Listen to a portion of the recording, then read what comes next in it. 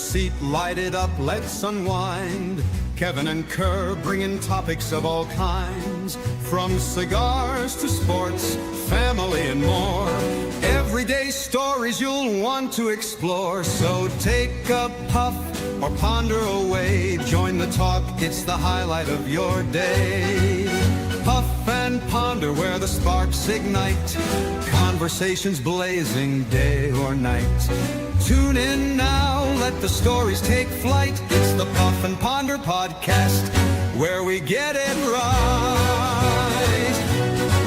From fast cars to last night's game, family laughs or today's big name.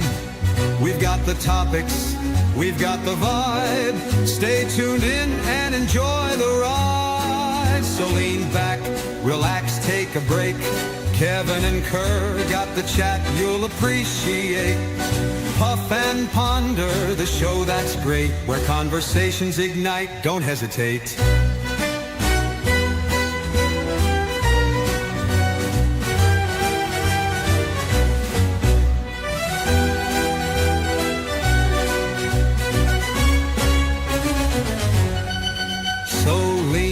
Relax, take a break. Kevin and Kerr got the chat you'll appreciate.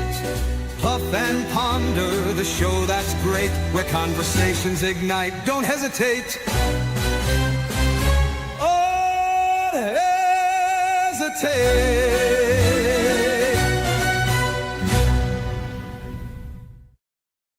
What is going on, everybody? Welcome to the Puff and Ponder podcast.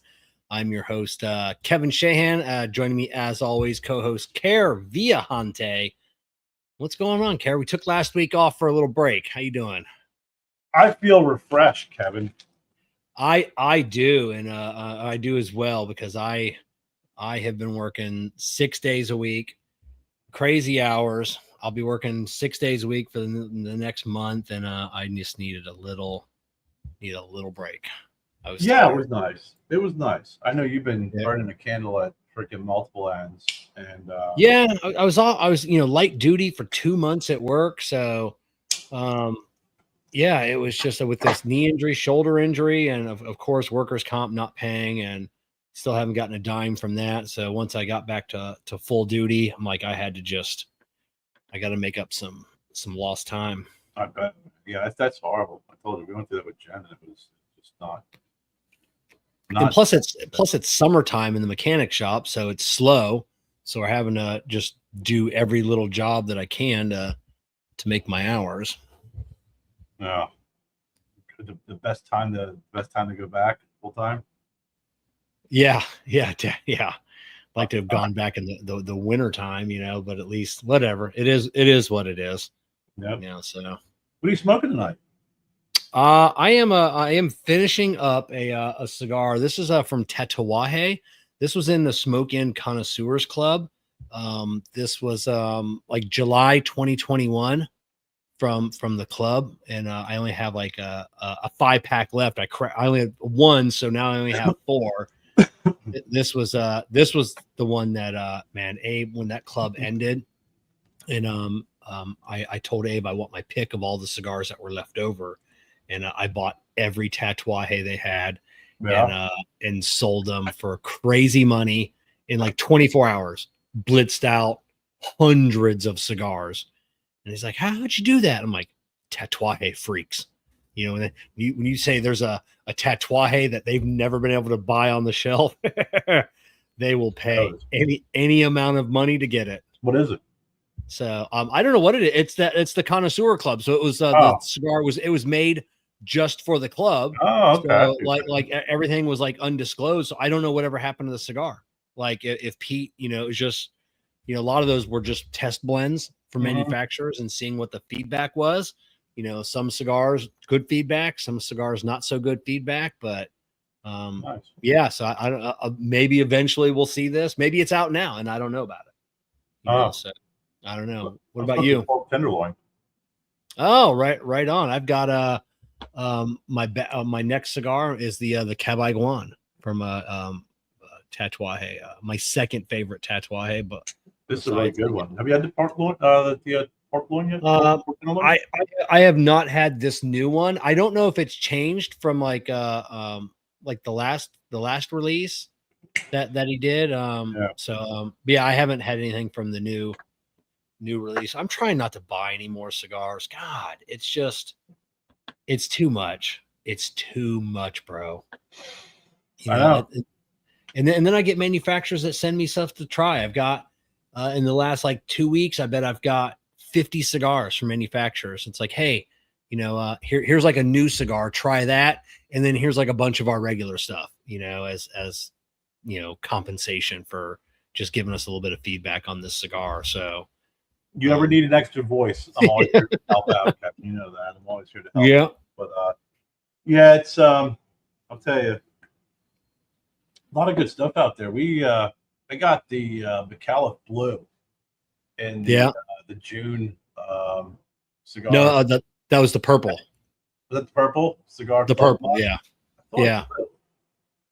But nonetheless, it was still a fantastic cigar, and the pricing, I think, McAuliffe has always had the expensive ends of cigars, and this whole new, grouping of cigars, the colored cigars. I don't know what the heck they call them. I can't remember what the name of those that series is, but it's red, blue, black, and purple.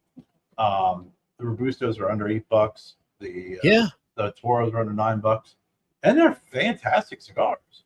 Yeah, they're really good. At one of the benefits from owning your own factory and everything else is being able to keep the price point down, and then getting people into your brand. They're obviously what a loss leader is. I guarantee they're not losing money on it, but you have some cigars and some product you make a little bit less profit on. You get people in, like, oh, hey, I really like this, let me try some of their other stuff. So yeah, a lot of people don't think about that, and you hit the nail on the head, because it's when you get introduced to a cigar, especially a cigar you may not have tried, and if you walked in and saw McAuliffe and they're $18, $15 and you smoke one and you're not wowed by it, you're like, I'm not going back to that brand again, it's just overpriced, F that. But if you go in and you try a blue or a black or a red for $7, $8, and you're like, wow, you start smoking them, going from a $7, $8 cigar to a $12 or $15 cigar isn't a big jump. And and then at that point, if they don't like it, they'll just go back to the $7, $8 cigars. If they like it, now you got these folks that are going to start taking this approach of having not only the less expensive but also the medium range, and you're more likely to get them to try brands and spend more money on the more expensive brands, blends that you sell. But again, worst case scenario, they may not think that the juice isn't worth the squeeze on the price, and they just go back to that core line.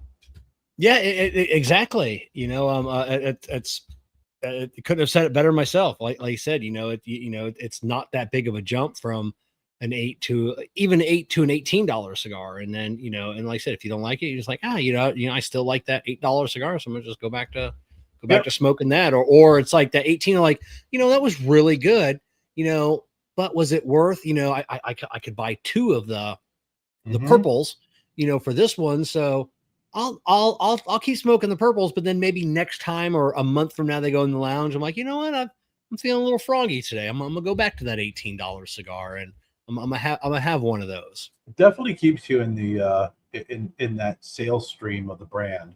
It keeps you in that lane of going up and down from less expensive to most expensive. We're talking about Tatuaje. Actually, tonight I smoked the Tatuaje. This is like a $6 cigar. Yeah, fantastic, awesome. Then I got this pork tenderloin. Yeah, but the problem with that Tatuaje is, it's a $6 cigar. If you don't have the band, next time you go into the lounge and you're like, hey, I smoked this really great Tatuaje last time. It had this tiny band on it and it just said Tatuaje. And then the proprietor goes, the whole shelf over there. Look at all of these. Do any of these 1,000 cigars look familiar to what it is you smoked? And you're like, holy shit. Yeah. No, no, I don't know. So I love Pete. I love, Pete also knows that's, that's just, but he likes that Cuban-esque band, simple, and it works for him. Yeah. It is what it is. Who am I to tell him to change? Because he's Pete fucking Johnson and I am not. I was gonna say, yeah. So And it has not seemed to have a that big of a negative impact. yeah, There, exactly. But right? the Tatuaje people know. When you talk to the tech, they know. Yeah. It's like, they look at the box, the box is the big one, but yeah, it's they know. So it's interesting. We were talking before the show. It's a rather slow news cycle. So we didn't even Yeah, know it what is we were not. talking about tonight. Yeah, not much going on. Other Yeah. than other than we hear there is a ceasefire now. So Well, geez, you would think that would be good news. no, no. Yeah, there's a group of people that is not happy about that. Not happy that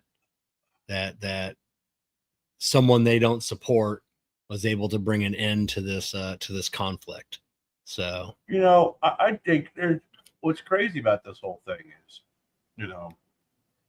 I the last thing you ever want to do is go to war, attack, a country, drop bomb, whatever. I mean, you don't want to see any loss of life, especially the potential of the loss of innocence, right? yeah, We've seen a lot over the years. If you want to put this on an objective point of view, from multiple presidents of just poor decisions, or decisions that didn't make sense, or an executive decision when it comes to ordering launches and even wars. I mean, I think the Iraq War was one of the ones where we kind of look at it and go, as that one doesn't feel right. There's something definitely funky going on there. But I mean, even George Bush Sr., back when Iraq invaded Kuwait, they pushed him out of Kuwait, and then that was it. They stopped. They did a lot of shit afterwards on leading the Iraqi people to believe that they were going to support an uprising, which really led to a lot of innocent lives lost, and we just kind of sat around and did nothing about it. But nonetheless, that wasn't one that we went in to go and take over a country and a regime change. But it is definitely an interesting scenario going on right now because, I sent you the clip. I remember back in the late 70s, early 80s, it was the Bomb Iran song was on because that's when they took the hostages, Yeah, I've been watching some videos of Iran and Iraq back in the 50s and 60s, and like that was the place. Those were the countries to be, like the rich and the famous and the well-to-do. That's where you went to vacation, Tehran, Baghdad. Like, and, you watch these videos, you're like, oh my God, like that's Baghdad, that's Tehran. It's just, I mean, beautiful people, beautiful city.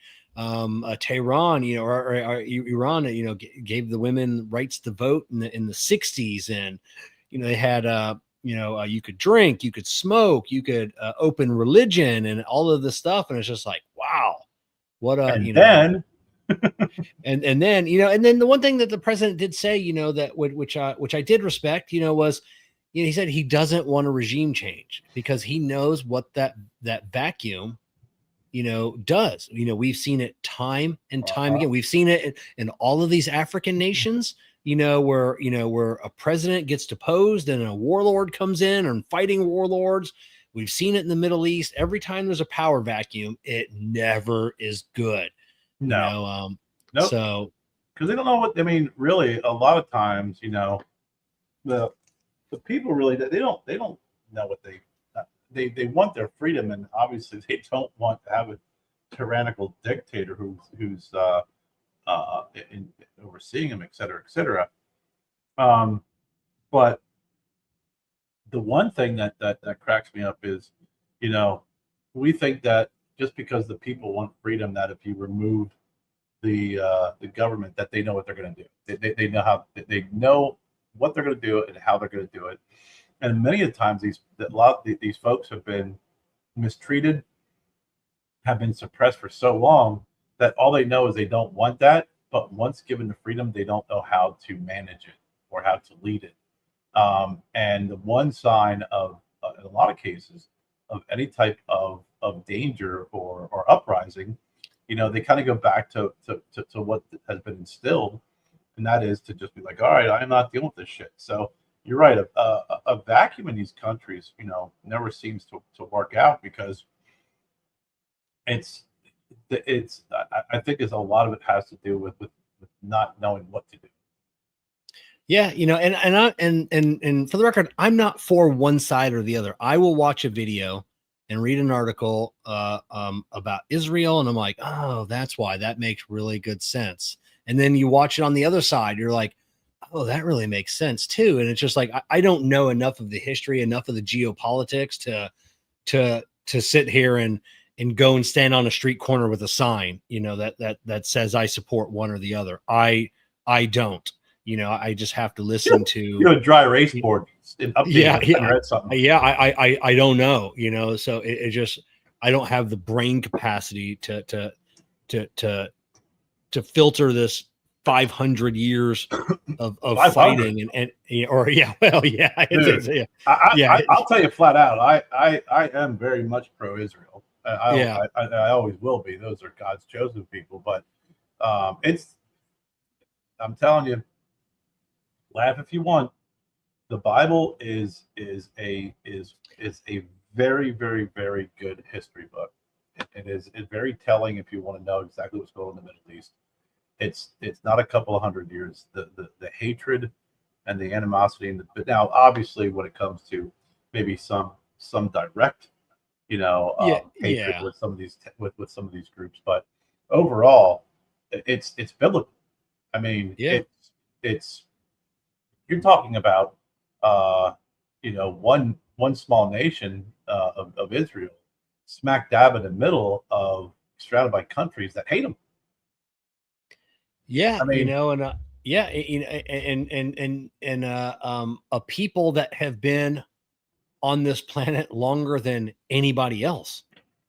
Those were the original peoples.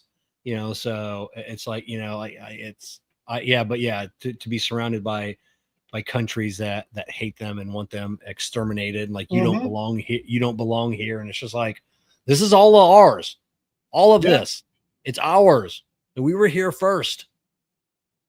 Look, the 6 Day War, that's a prime example. The 6 Day War, I mean, they were attacked by several countries, and it was like, wow, this doesn't look so good for Israel.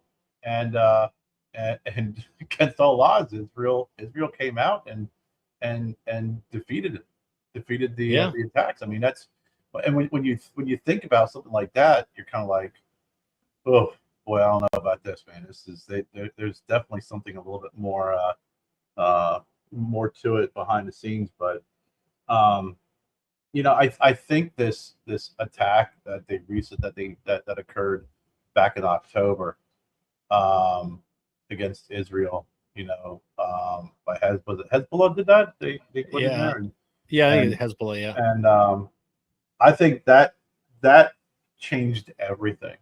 I think that moment they were kind of like, fuck this, we've been reserved, we've done this, done that, and even many times criticized for not being reserved, but they're like, this will never happen again, ever. You even blink or even make a remote threat, you're done.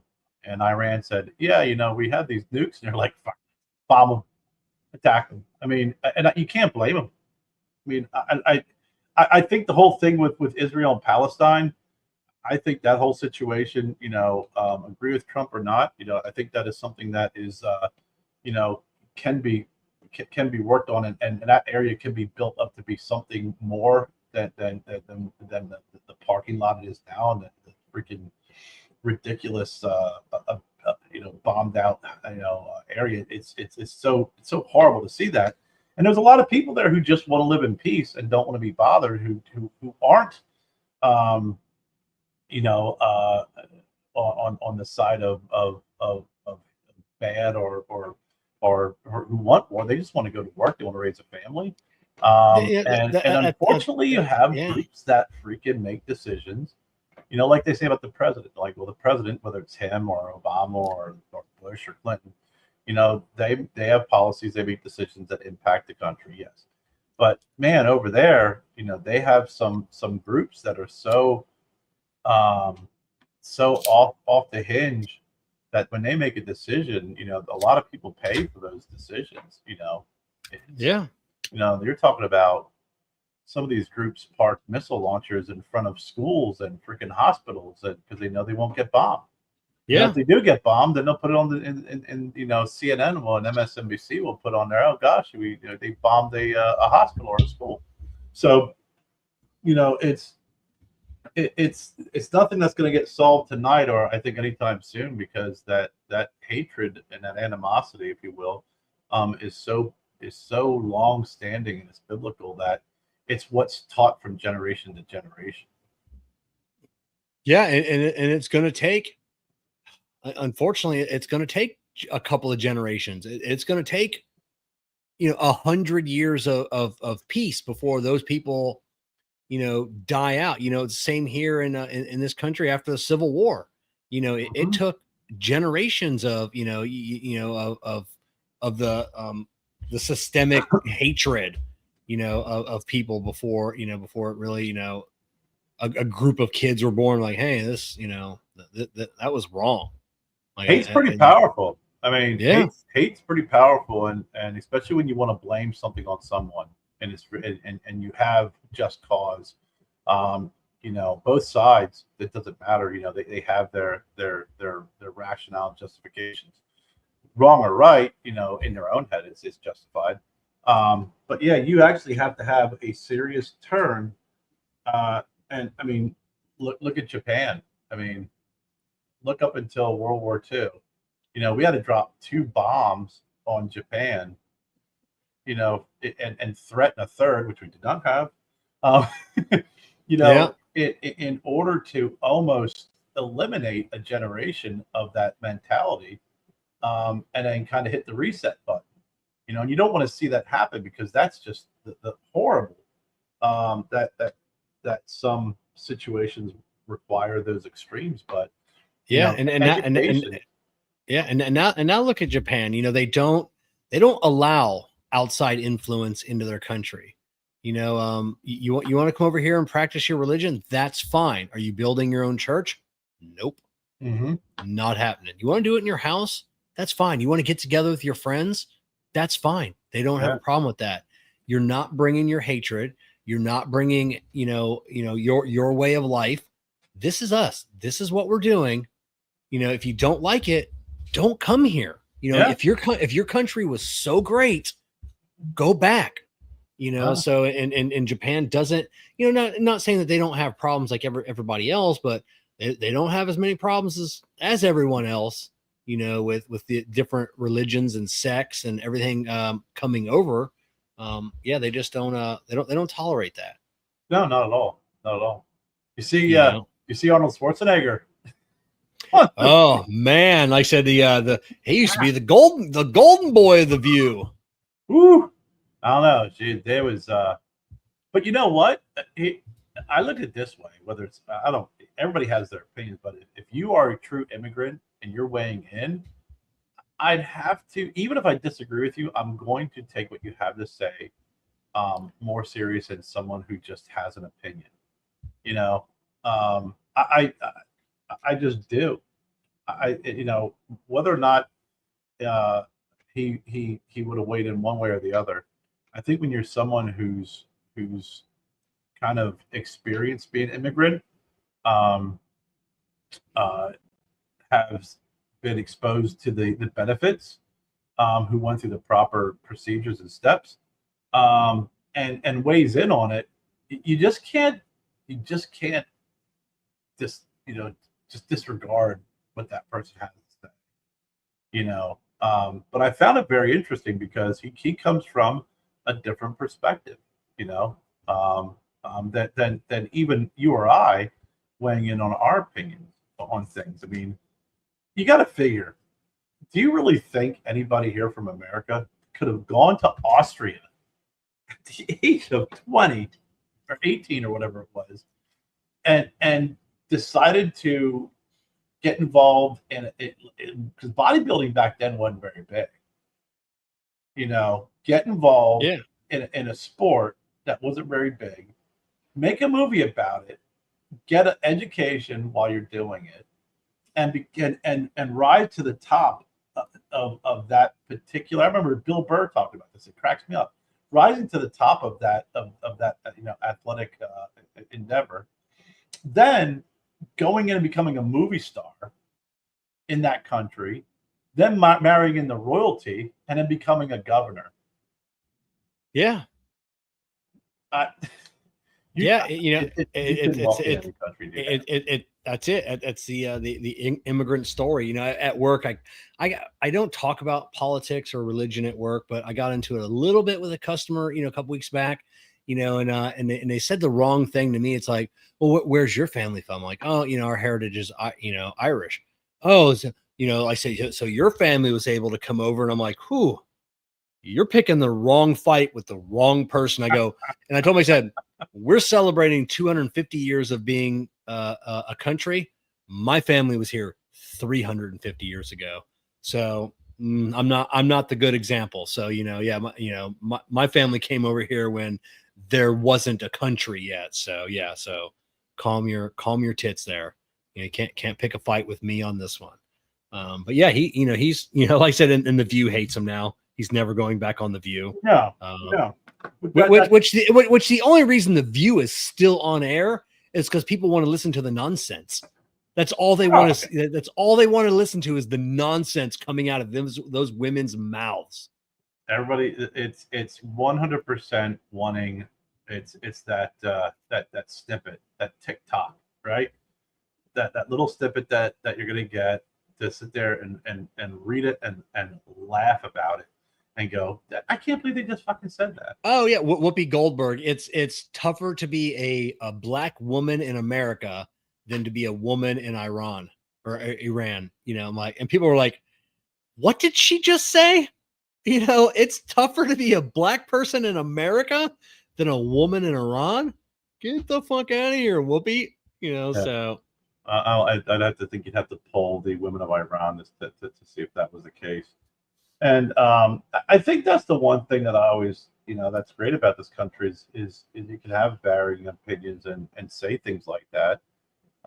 Yeah. Freedom doesn't, freedom of speech covers the intelligent and the stupid alike. Yeah. You're absolutely right. But again, it's all about, I got a beef. I'll start with tonight. It's the word opinion, right? The word opinion has been removed from our vocabulary. Yes. It has been, because when you hear the word opinion, I automatically think of what I hear when I was a kid. Opinions are like assholes. Everyone has one, they all stink, right? Yeah. Oh, that's your opinion. That's how you feel. It has been replaced with my truth. My truth or my fact. I was going to say my fact or my truth. That's what. But my truth is the buzzword that pisses me off, because the word truth in itself, when I think of the word truth, is objective.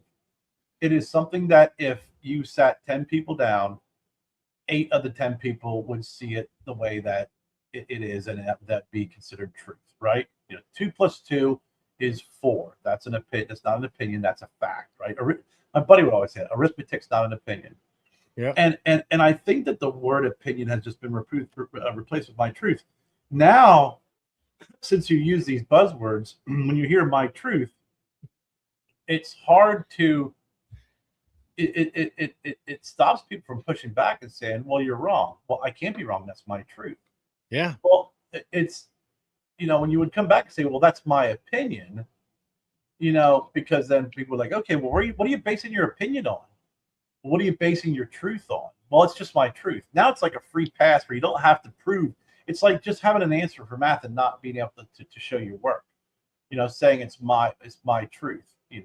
Now you just say that without having anybody question you. And if they do question you, you don't have to explain to someone why that is your truth.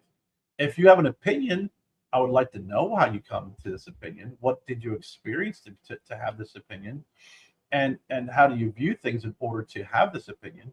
And then I'll better understand it. I may disagree with it, but I'll better understand it. But that's the kind of conversations I like to have with people who I disagree with or even I agree with, because I want to better understand where they're coming from. Because I may leave a conversation and not agree with you, but I'll leave the conversation more educated, more understanding.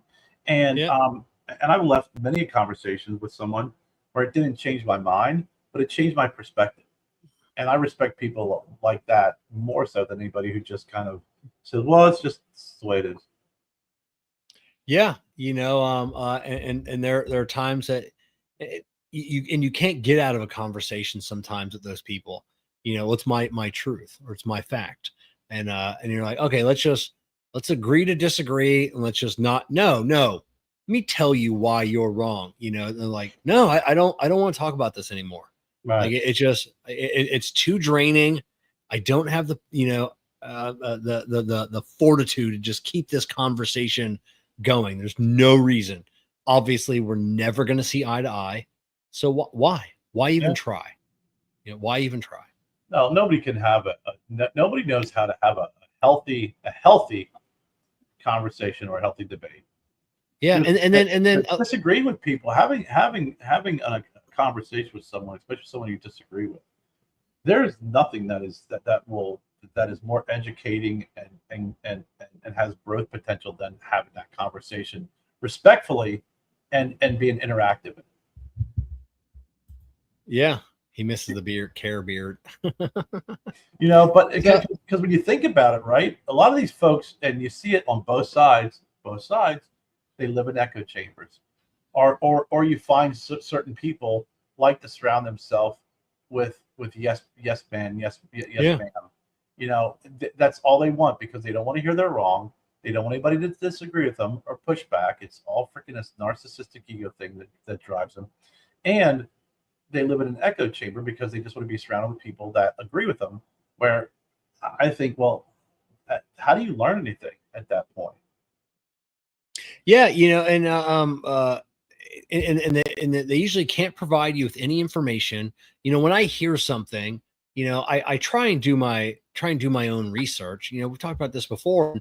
I'll try and listen to both sides of the the aisle. I'll try and Google does tend to be an echo chamber for me, because as a conservative, it does push that more conservative narrative on me in my search results. So sometimes I really have to go and find it, and thankfully for me, it's been Chat GPT. Mm-hmm. I'll go and I'll say, I would like information on this. I don't know anything about. Can you provide me, information with notes or websites on differing sides of this story, or this topic, and then it'll give me, hey, if you go here, you'll hear this. If you go here, you'll hear this, and you try and read both sides of it. I was reading an article today, and it was on the Elon Musk, the Starship, and it was from CNN, and it starts off with after Elon Musk's disastrous attempt in Washington D.C. I'm like, I'm done with this article. You're already not, you're not giving me any information that I'm gonna want to hear. You're already biased, against him. It's not what I want to hear. I didn't even read the article. As soon as I read that first line, I'm like, I'm out. Yep. Yeah, that and the clickbait. Like I'll read a headline, I'll get in. I can tell within the first paragraph. Yeah, I'm out. What's up, Bones? Within the first paragraph, I'm out. I'm like, listen, this has nothing to do with what the title of the article is. It's what it's the part that's really disgusting, and I don't care what anybody has to say about this. I think writing and articles and these whatever, it is so, it's horrible. it has gotten so bad just because there used to be the news. The news. This is what happened today. Yeah. And then it got replaced with these op-ed, Yeah. opinion pieces. And then everybody start mistaking opinion pieces for the news. And that's why you have, Anderson Cooper, Sean Hannity, all these shows that people listen to because that's what they want to hear. And it's just it's a show. It's like our show. It's all Yeah. it is. They're not delivering the news. They're delivering how they feel about what's going on and why they're right. And it doesn't give you this objective view of what's going on. For example, Democrats are upset because Trump, ordered an airstrike.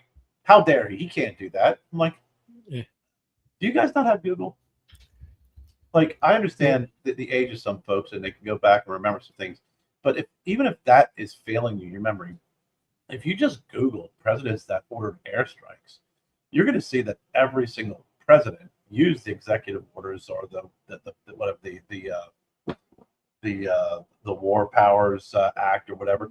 Everyone has used that to go ahead and order a strike, and then came out afterwards and said, "Hey, by the way, we bombed Somalia," or "Hey, by the way, I ordered an airstrike in Iraq," or they've all done it. They've all done it. Yeah. And they act surprised and like appalled this time around.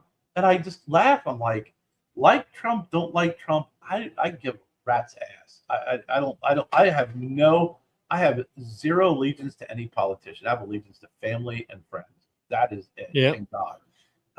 But if you can't look objectively at it, just and you're acting surprised, and you're like, man, didn't Obama and Clinton, didn't they order some strikes back in the day? Yeah.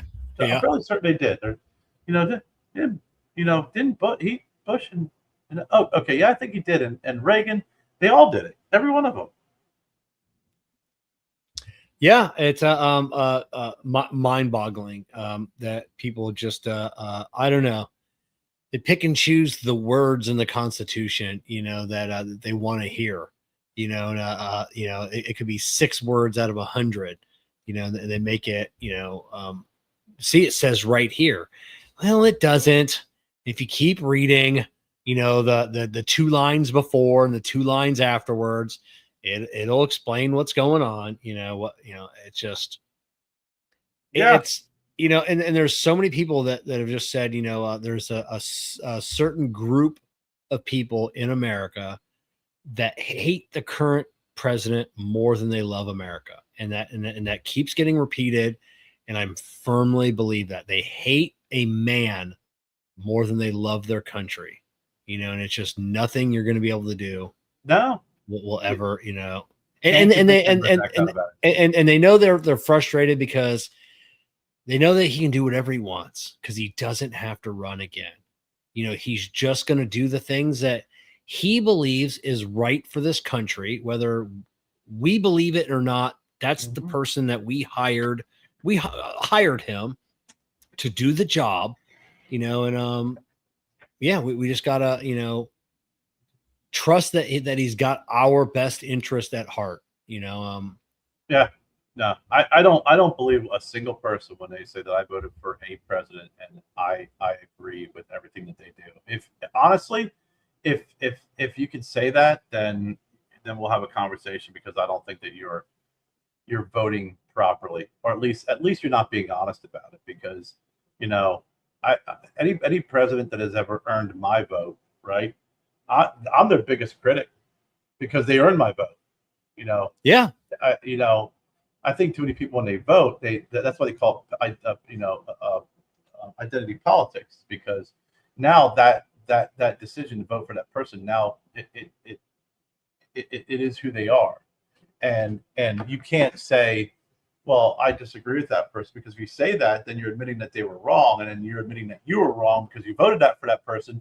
And just a very, someone who's not confident has just that mindset, it blows my mind, because it's like, look, you know, you should be their biggest critic, because, you know, Yeah. politicians, you know, they they politic, you know, they go out and they make promises, and if any of those promises, or most of those promises that they talk about, are their ideology, if it strikes deep within you, then it inspires you to vote for that person, and you're going to hold them accountable to what they agreed on, or what they promised. um, so many folks don't do that. It's they get so wrapped up with the act of voting and who they voted for, versus the promises kept, promises made, promises kept, promises broken, and looking at things objectively. And it's gotten so bad over the years, that I don't know if if what needs to happen for that course correction. Because what you're seeing now is, you're seeing that pendulum swinging the opposite way. I mean, we spent years going one direction, and the way to get things back in order is, you see that overcorrection, like steering. Yeah. Right? Some people Yeah. overcorrect, and then they Yeah. freaking go ahead and they'll cross over the line again. And the idea really is to get more in the middle, because when you have, it doesn't matter whether, you know, you had more of the popular vote, more of the electoral votes. At the end of the day, it wasn't as much as a quote unquote landslide everybody says it was. When you look at the numbers, it really isn't that big. I mean, it wasn't like a landslide. I mean, it's still pretty fucking close. Yeah, we talk about percentages. You know, it's essentially a tie. You know, Right. 50% of the people, you know, want this person. The other 50% want this other person. You know, and it's just, yeah, it's I don't know. It's nuts. Yeah, and when you have that, you have that, you have a divide. You have, Yeah, and then somewhere you have to try and sort through the people in the middle and say, okay, who is really more middle of the road, but they don't. There's not enough there for them to sway them to vote for this person, or the candidate is more the middle of the road. And really, I remember years ago, I had taken a couple of those, you know, tests online, and did some research. But the one person who I always kind of agreed with was Joe Lieberman. yeah, Joe. God, whatever happened to that guy? I Yeah, don't know. I mean, he was a smart dude. You know, Yeah. he was fiscally, conservative. He was responsible fiscally. He was more middle of the road, Democrat, than being an extreme Democrat. And same with some of the Republicans. You find some of those folks who are more middle of the road Republicans, and not so far right. And when you have someone who's middle of the road, it's, you know, I think they tend to speak to more people, that may be in that political party, you know, but may lean a little bit the opposite direction. Like, you hear some folks say, listen, socially I'm more liberal, but financially I'm a little bit more conservative, you know, and vice versa. Hey, you know what? Personally, I'm more conservative, but, you know, financially, when it comes together, I'm a little bit more liberal. You know, you can find candidates on both sides of the aisle that kind of walk that middle of the road. Yeah, you know, and usually money makes people come over to the conservative side. Usually when they come into money, or they have a successful business, and they're like, oh hey, I think I'm gonna come over to the conservative side. They're gonna let me keep some of my money, or more of my money. You know, it's I don't want to give it away. So, but yeah, That's funny. it's crazy. And unfortunately, it's we see with it's all you talking about politicking, and that's all they do. You know, it's you know, we got, you know, the big beautiful bill coming through. There are things I agree with, things I don't agree with, you know, and they're talking about the salt tax. And you got so many of these, you know, on both sides. It's like, hey, you know, we need more, we need this, and we need this, because hey, I'm up for reelection this year, and how am I gonna go to my constituents and get reelected, you know, if if I don't get them more money. And it's just like, and that's what it boils down to. Always politicking. They're always running for reelection, and that's all they're concerned about is I need to do this, this, and this to get reelected. Mhm. And at the end of the day, nothing gets accomplished because all they're doing is running for real. It's never ending. You know, these people that have been in office for 50 years, never ending. You know, Chuck Schumer, Nancy Pelosi,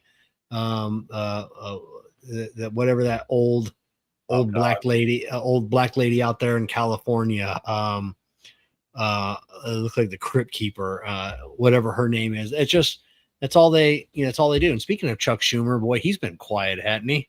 Well, I think he's a wrong comment away from losing his power. I also think about who's the Republican down in Georgia? The guy looks like a turtle.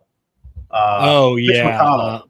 Mitch McConnell. He's a full blown freaking stroke. It's live on TV, and you're like, okay, how much is he getting paid? And he's still making decisions. I mean, come on, man. I mean, if you're at a certain age and you get into a couple accidents, they're taking away your license. That dude was just like someone hit the off button. I mean, yeah. So Chad, I just lit up the Tatuaje Cabagwan. And Kerr, pork tenderloin. The pork tenderloin, you know, and he's working on an anejo shark right now. So, right on. Yeah. Hopefully he didn't overpay for it. You got it at a good price. Hopefully you got a good lounge and didn't mark up the sharks. But yeah, I don't know. I don't know where we go from here. I don't know. I mean, I think we'll see what the ceasefire brings. I think we'll see what I think we'll see about how I honestly I think at this point I think Israel is going to be a major player on how things go next. You know, I mean, listen, we went over and just completely eliminated their nuclear capabilities, right? The capabilities of building a bomb. Yes, capabilities of building a bomb. And they had a response somehow. So they responded in the most friendliest way. And it was, hey, we're going to shoot some missiles. We're going to warn you. We're going to warn Qatar. They shot 6 missiles at a base over there. Not downplaying that, and definitely not downplaying the potential for more. But the response was kind of like, it was definitely one of those responses where you're like, okay, that was the save face. And now they're entering this ceasefire. Let's see how this is taken, because in order for the ceasefire to not only take but for it to continue, there are some rules that they have to follow and some very strict guidelines they are going to have to follow. And yeah, and I don't think anybody's disagreeing with it at all. I mean, it's Iran's been a kind of a bad actor for a while. They have. This is called they have been, and Israel has been known to pick a fight, you know. So I think it's going to take more on Israel's side, you know, than it is Iran's side, because I think Iran they already know, like, we can't. Yeah, they're just going to keep chattering. You just got to you got to ignore the chatter. Yeah, that's it, because Iran just knows, you know, after these last 12 days, you know, like they don't have what it takes. They can't win. They you know, now that they know that, you know, we've got Israel's back, and it's going to be, you know, it's going to be consequences if things happen. So Israel's just got to not provoke anything either. They're like, hey, you know, it's over. You guys don't have your bomb. That's what we want. That's what everybody wanted. Yeah. Everybody, you can't have a bomb. Give up. You know, we know you took the uranium. You know, we know you took the plutonium out of the facility, most likely out of the facilities before they were demolished. So you don't have a way of refining it and anything else. Give it up. There's no reason for anybody to have a nuclear weapon. Anybody. We shouldn't have them. China shouldn't have them. Russia, too tempting. Nobody should have a nuclear weapon. You know, give up that your product, and let's just get on. Well, RJ, yeah, Israel's crazy to have some balls. You know, you have to, when you look at their geographical location and the surrounding, I said this earlier, and your neighboring countries, everyone wants to kill you, Yeah. It kind of tends to put you a little bit on Make, edge, makes you a little trigger happy, a a little little trigger bit, happy there. and Yeah. then of course you have what happened in October. So you're right. I think there's going to be. We'll see how much smack talking occurs, and if Israel can kind of just let kind of some of that go by, because I suspect there'll still be more. But I also think that I'm curious on how many more ballistic missiles and missiles that Iraq has or Iran, because Jennifer and I were talking about. I said, Israel has this Iron Dome. Everyone talks about how fantastic it is. So the only way that you can really beat or penetrate the Iron Dome is to overwhelm it. Yeah. You can, if you shoot 10 missiles at it, it's going to have a really high destruction rate, even a little bit more. When you shoot 50 or 100 at it, Yeah. some are going to get through. I mean, it's not impenetrable. When you overwhelm it, it's like any other defense system, and that is you have to, like they did when they the attack in October. They have those fences and walls and sensors everywhere. They found the one weakest point. Whether it was an inside job, we'll never know. We'll probably find out later. Whether it was an inside job or just a weakness of that defense, they found the weakness of that defense and they exploited it. If you have a defense system and by exploiting it, you overwhelm it, that's what you do. Yep. Completely agree. That would be great.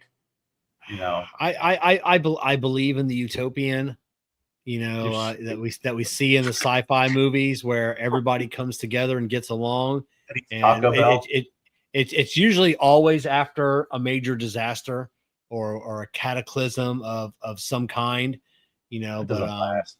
you're in the Independence Day freaking frame of mind. You're hoping aliens come down. I believe the aliens are going to come down. They're going to make themselves known. They're going to unite us. Like, hey, we got this technology for you, but you're going to have to give up all of your weapons, and that's the way it's going to go. And you give up all it. You shoot a rocket at them. That's it. You give up all of your weapons, and we'll give you the secrets to the universe. So does that sound like a deal? Since Adam and Eve left the Garden of Eden, man has been destined just to be freaking stupid. I mean, it's just the reality of it. Unfortunately, it's not being a negative Nelly. I mean, it's unfortunate. You can have so many folks who want to come to the table for peace, and you always have one or two folks or one or two bad actors that will upset the apple cart. I mean, the even after 9/11, the world kind of all united for a brief moment, but even now, how many decades later, it's just that unity doesn't last that long. It doesn't. No. It's like a flash in the pan, because there's just so many freaking ridiculous false flags. There's so many ridiculous stories where you get a part of the story and it unites people, and the truth comes out afterwards. And you're like, well, holy shit, I feel kind of stupid about that. That's why I usually adhere to the I wait and see. If there's a video clip that comes out and everyone's freaking talking about this, that, the other thing, I'm like, just wait. You gotta wait. Yeah. Wait to get the whole story. Because right now you're getting part of the story. Wait till the whole story comes out. Yeah.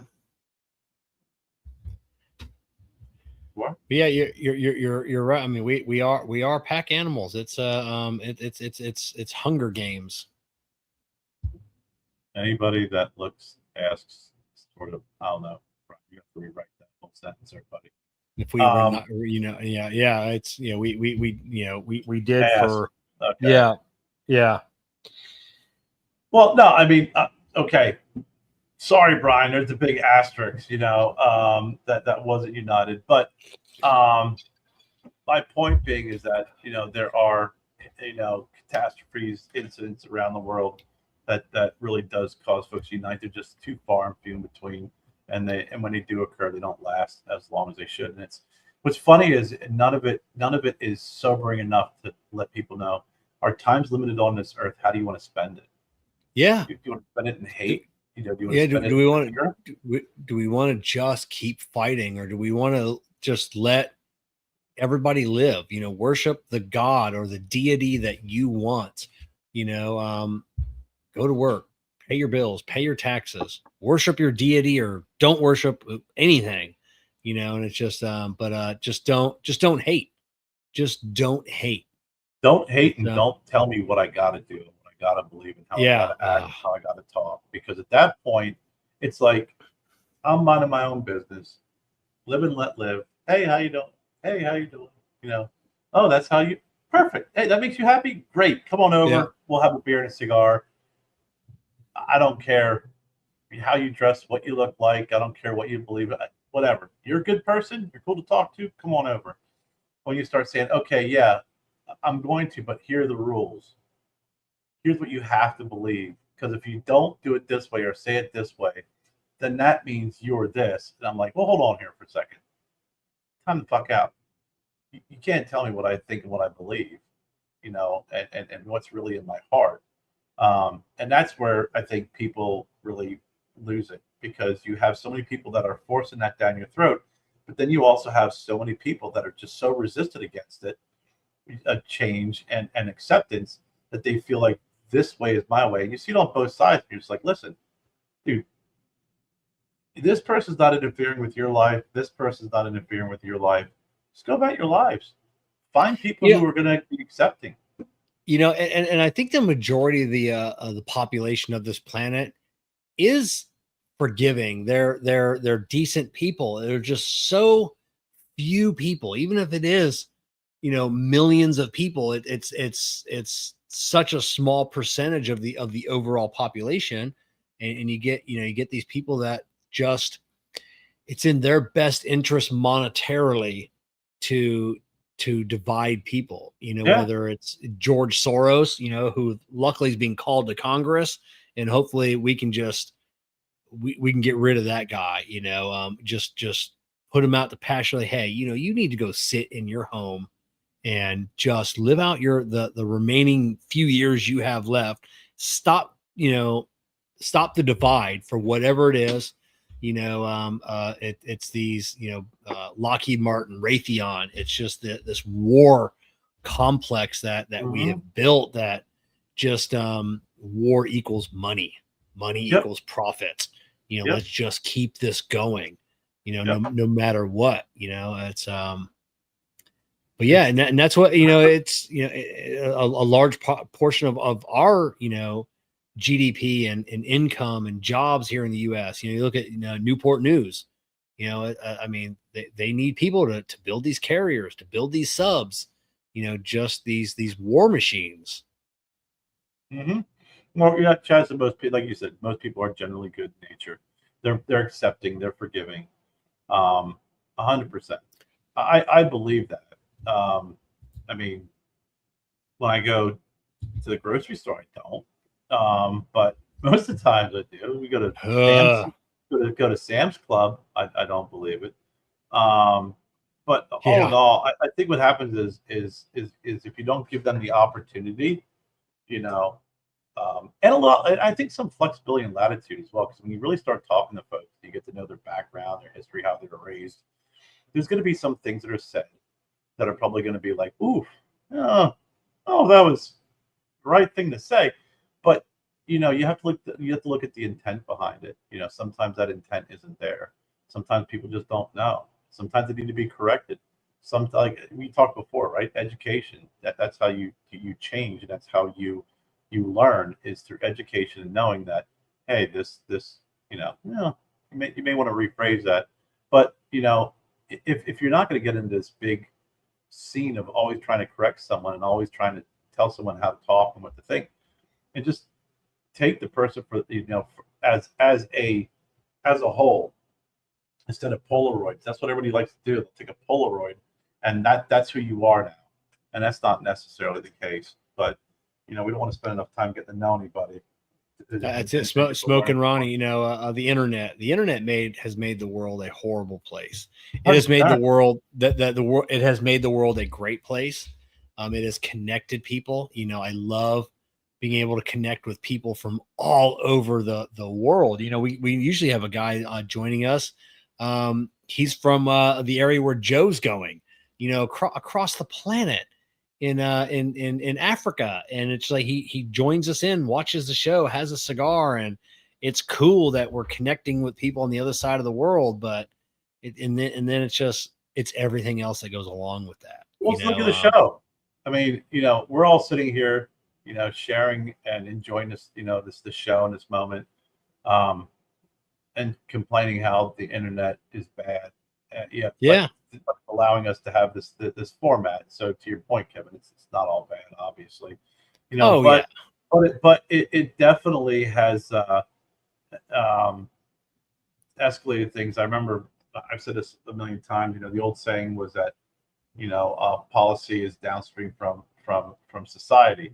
Meaning that when you see the politicians and policies that are created, it's usually downstream from society. So by the time it reaches in the political realm, there's been some time. Now it's right across the stream. It's right next to each other because everything's so immediate, and that's why you see a lot of these politicians flip flop and try and adhere to the popular belief of the day or the moment, which does change from time to time, to say the least. I mean, time to time, day to day. Yeah, exactly. I mean, it's that TikTok mentality that and attitude, and a lot of folks are basing their education and information and their talking points and arguing points off of shit like that. Well, I saw on TikTok, what, the whole 30 seconds. Gosh, you're so smart. Yeah.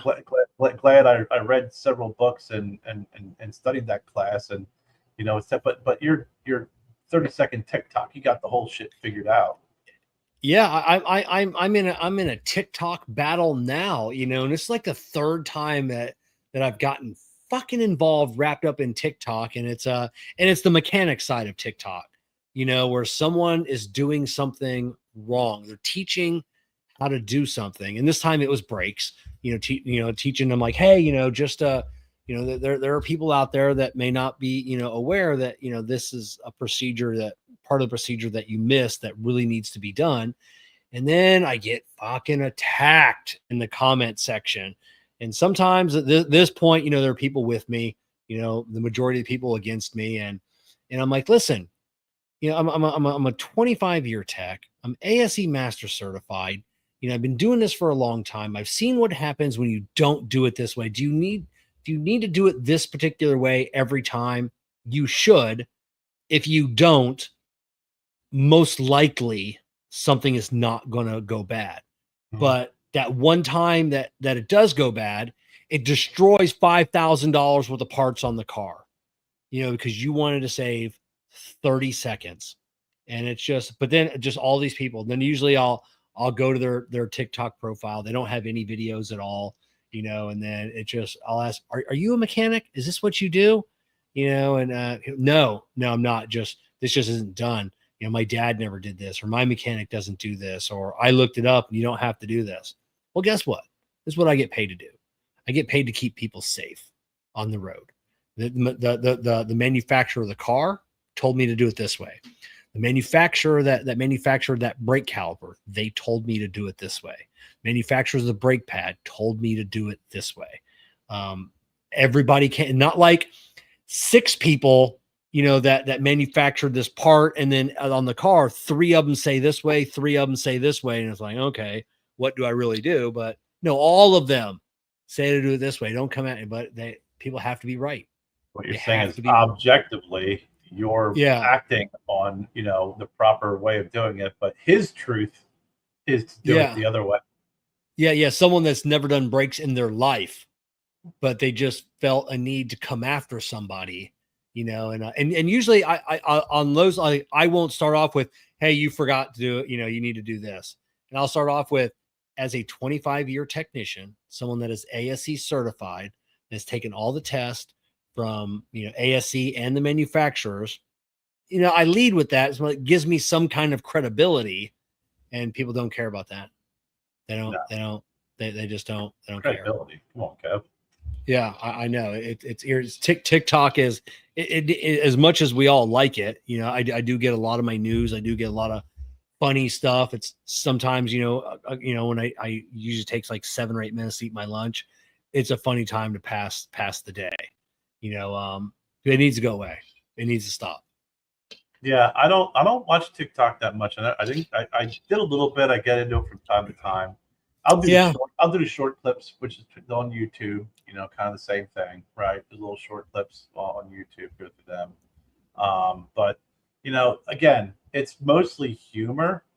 I actually will stop and listen to some of these freaking snips from like, watch this person demolish this person, in Congress, or watch it, and I'm like, dude, seriously, you're gonna take that 30 seconds? Yeah, no. Cut at this moment, perfectly cut at this moment. If you would have watched the whole thing and you would have had context to the actual, to the discussion and the topic, you would realize that is not even close to being realistic or accurate. It's completely off base. But no, it's just better to just get that TikTok fix. It speaks to what I believe, and I'll just keep moving on and keep moving on. But I actually find them more humorous at times too. Yeah, it's and I think like the humor side of TikTok, the funny side, the informational side, is good. Like I watch a lot of Neil deGrasse Tyson. I watch clips from Joe Rogan, and that'll make me like, oh, hey, that looks like an interesting guest. I'll go back and watch the whole 2.5 hour episode. Sean Ryan, same thing. Yeah. So that's what, but as soon as it gets into like politics, keep on scrolling. I don't want to hear it because it's only going to be 30 seconds. It's only going to be a minute, and there's no way to get all that information in a minute. Or it's the people that get pulled over and they're sovereign citizens. And I like that's humorous to me. I love when people screw around with cops and they get yoked from the car. It's it's just like, no, I don't have to give you my license. Or it's like, I don't believe I ran that stop sign. Well, you don't have to believe it. It's just, the sovereign citizens ones. Those are the ones I love. They come out with their binders and the cops are like, we don't play. Like, and it's always the Florida one, because the Florida state troopers, they say, we don't play. Like, you are going to get yoked from this car in 30 seconds if you don't act right, and I watched some guy the other day. I wish I would have sent it to you. He was just like, this cop pulled up. He's just like, I need your driver's registration, license registration. What do you mean by license? Yeah. Your driver's license. It's not necessary. Do you know what it says in the Constitution? Well, you need to operate a vehicle. What's the definition of a vehicle? And I, at that point, I'm like, wow. Just, I'm not, you want to get shot? This person, you shoot him. I'm not driving. I'm traveling. It's a big one. And then you do see the other side of that, where people that are recording and they record bad cops doing bad things, or bad people doing bad things. Infringing on their rights. And then you get some people that that really irritate me. And it's the people that's filming in a public place, and they just do it for confrontation. I have a constitutional right. We're in, and then they call the cops get involved, and it's just like, you're only doing this for clicks. Yep. You're only doing this. You're making a big thing. You're taking a police officer from his duty, and he could be doing something else.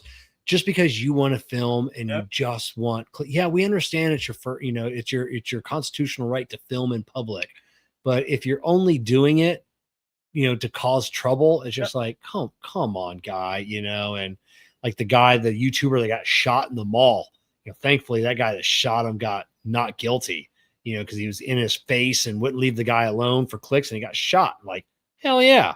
Maybe if more people got shot, some of this shit would stop happening.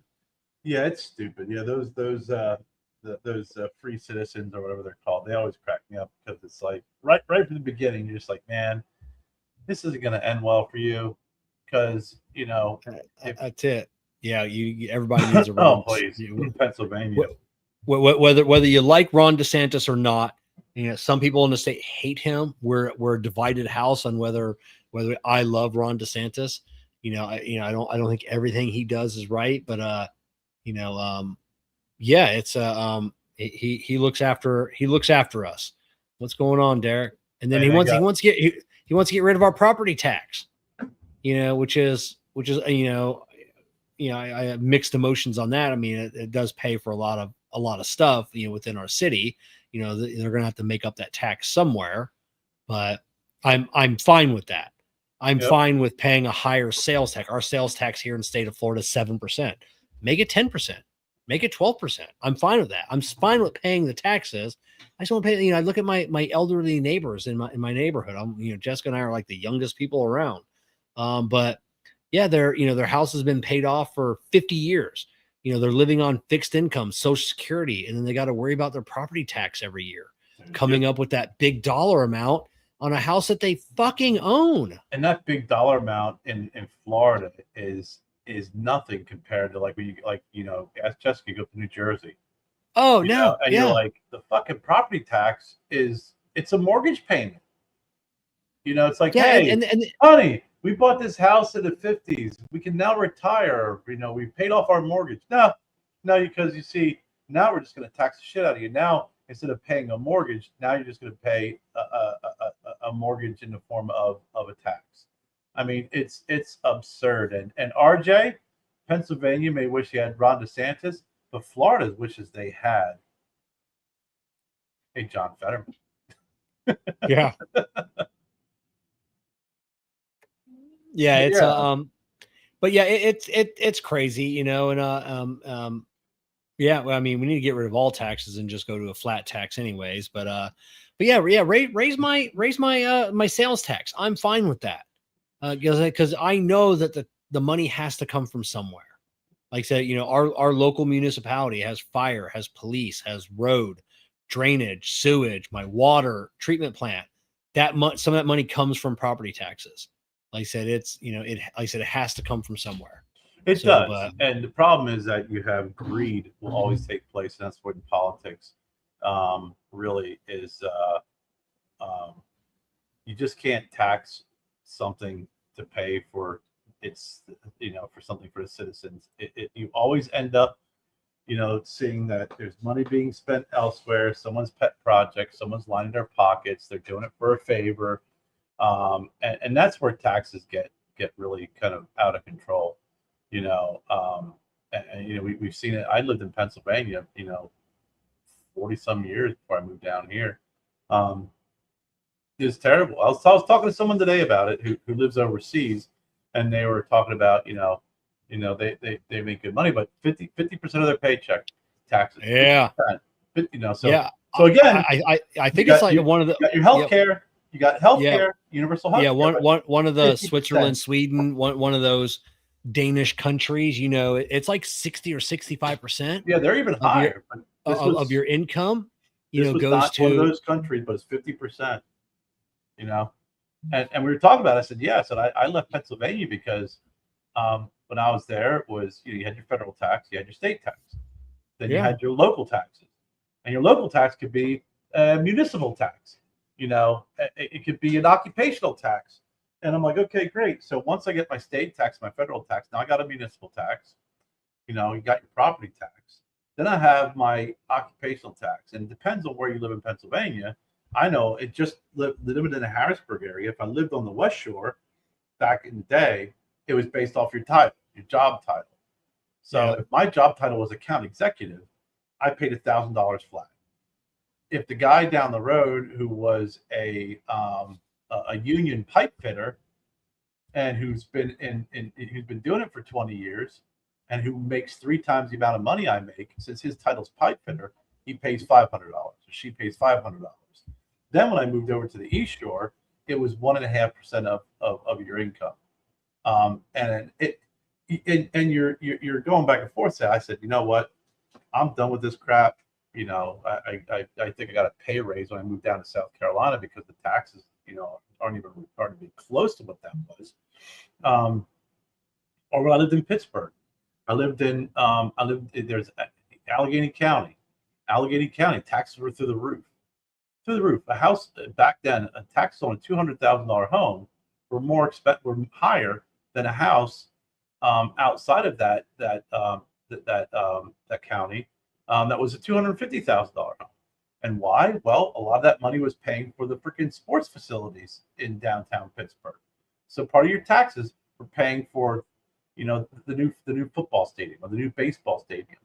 And I'm like, well, just because I live in that city and that is the city team, I do not want my taxes going in to pay for that sports complex, because I'll probably never go see a game. And if I do go see a game, it's going to be rare, because I got to drop about $1,000 if I want to just have 2 tickets and go there and enjoy a couple of freaking drinks and a hot dog or 2. Yeah. So it's not even that it becomes affordable at that point in time. So I'm like, I just want to go somewhere that is, just taxes alone was a huge tax break. And the property taxes down here are so ridiculously low as well. Now, yeah, you definitely see that reflected in some of the areas that you would normally see.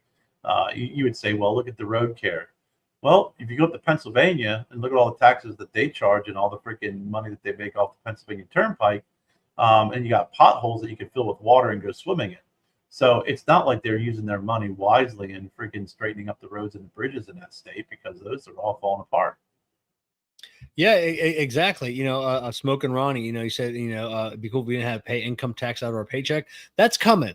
Within our lifetimes, we're going to see the IRS, I firmly believe, disbanded, and you get what you want. I think it's a growing. We've been talking about the flat tax since Ross Perot, and even I think before that, but he was a big one on the flat tax, fair tax, whatever you want to call it. If you don't want to pay taxes, don't buy anything. Don't go buy that gallon of milk. Don't go buy that shirt at Walmart. Don't go buy that. Just then you won't pay any taxes. But if you want to buy all that, then you got to pay taxes. Yeah. So and that forces, we've talked about it before, and that forces everybody. That forces, the drug dealers, the immigrants, everybody that is getting out of paying taxes, federal taxes, getting paid under the table. Guess what? They buy milk, bread, eggs, cheese. They buy everything at Walmart, and they're going to pay taxes on that. So, and if you make more money, you buy more. Yeah. So, right? And make it a 17% tax on everything. And I don't know if it's that way across the country. I mean, we don't pay tax on food here in Florida, but yeah. So it'll be, you got to pay taxes on food now. You're gonna have to have a significant decrease in those taxes, because the big screamo over that are those folks who get taxed the least because of their income, but then they have some of the highest deductibles or highest deductions. So you can have somebody, and I won't mention any names, but there's some stories I've heard of the whole, a combined income of X amount, and they're like, well, I got my tax return, and we're getting like $6,000 back. So I'm going to buy a computer, I'm going to get a tattoo, and I'm going to take my kids to Disney World. How much you getting back? I'm like, well, I kind of broke even. Really? Yeah. Well, yeah. You're getting back, a quarter of what you made combined. Did you overpay $5,000 in taxes? No, you did not. But you're getting that back. So you get to spend that money on this shit, like a new iPhone or a new iPad and some tattoos and a trip to Disney World. I broke even, and my vacation is going to be taking a week off so I can work on my house. Yeah, that's it. Jessica used to see it firsthand. She lived in an apartment complex before I met her, and that eventually went to Section 8. Housing. And then she got out, but she was paying rent for a 4-bedroom, really nice apartment, $1,200-$1,300 a month. I mean, now you can't find anything for that. A 4-bedroom apartment now would be $3,000 a month. But the person upstairs that had, that was undocumented, that had like 6 kids, they didn't pay anything a month, and then they got money, and then they got the $8,000, $10,000 back, and it's just, and when you see that, you really get disenfranchised with the system. It's like, she's working hard, single mom, 3 kids, busting her ass, having to pay full price for rent. And then the other people living around her didn't pay anything, and those would be the first people that complain. Oh, I'm not going to get my $10,000 check this year. Oh, that's crap. So Yeah. I don't know. You're definitely going to have some pushback, but I remember when Joseph was diagnosed and Jennifer had to cut her hours back significantly, to spend time with Joe. And then, the condition he was in, he did qualify for some assistance. And then as, he started to, it's like a lot of things. You get diagnosed, everyone comes by, supports you, drops off food. We're here for you. We don't realize that it's more than just that first couple of months. It's the next couple of years. So as Jennifer started going back to work, you reach that level where that plateau of saying, okay, now you're losing your benefits that you're getting because now you're making too much. But the amount of money you're making still isn't enough to be able to live. Yeah. And we've seen that happen. I've seen that happen with folks I know who, had the opportunity to live in a newly built, really nice apartment complex because of their income. And then someone says, well, hey, at work, we're going to offer you a promotion and here's how much you're going to make. And then they're like, well, shit, if I make this much money, I can't live here anymore. Yeah. And now I have to move out and live elsewhere. And then when you look at the places that you can afford at that point, you're like, well, holy hell, I'm moving out of a freaking 2-bedroom, new, beautiful apartment with our townhome with, 1.5 baths. All the appliances are new. It's beautiful. I'd have to move into a freaking shitty apartment and pay freaking just as much, if not more, just because I went from an income now, which is just sometimes just right over the threshold. It's like, hey, you make $1,000 more a year. Yeah, you can't live here anymore. Well, yeah. And what happens is you de-incentivize these people to strive and take these promotions sometimes. And I know this person didn't take the promotion for that particular reason. It's like, well, you could have moved on in your career. You could have got the next level. Well, my way of living with my family and my kids is far more important. And this is the way it is. And it's kind of disheartening when you hear that kind of stuff. Yeah, you're right. Ronnie makes a good point here. Doctors say if no tax is taken out, make people work even harder. Yeah, you're right. I mean, there have been times, I remember in the past, being on an hourly wage, and the boss like, hey, we're busy. Can you stay for an extra couple hours? And then you do the math in your head. A single white male, in my tax bracket, and I'm like, oh, stay an extra 3 hours. Yeah, for what? $17, or whatever it is after taxes. Yeah. No, thank you. No, thank you. I'll just go home. No taxes. You're like, no taxes. Like, wait, what? I can make like $60. $70. Well, hell yeah, I'll stay a couple hours late to get some work done. And I think you really will see that people are just like, oh, hey, I can make more money now. So. Yeah. Yeah, that making healthcare more affordable too. That's the other thing. It's like, the old, hey, congratulations, you got the cost of living expense. You got your 2.5% increase. Oh, by the way, your health insurance now is increased. You're like, well, hold on for a second here.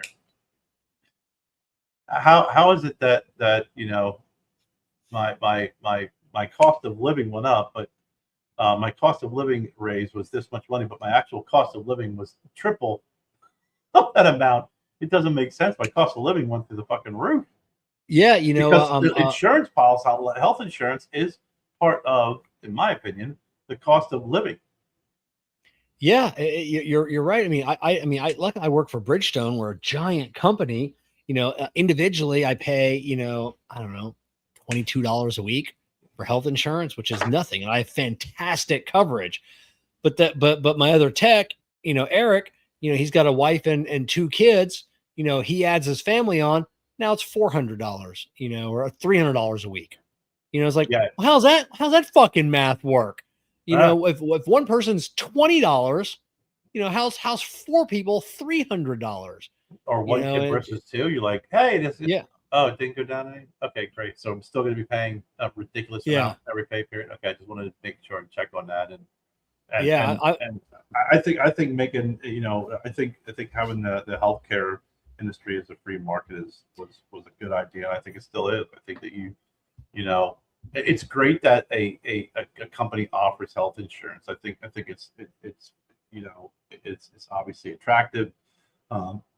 It's not free for them. It's not free for you, but I do think there's a way to make it more competitive where, if you wish not to take your employers, and you can not take your employer's health care, that you can go with somebody else, but man, it's so expensive. It is. And I've got a Tesla's been harping on me about they're getting ready to open up a new facility.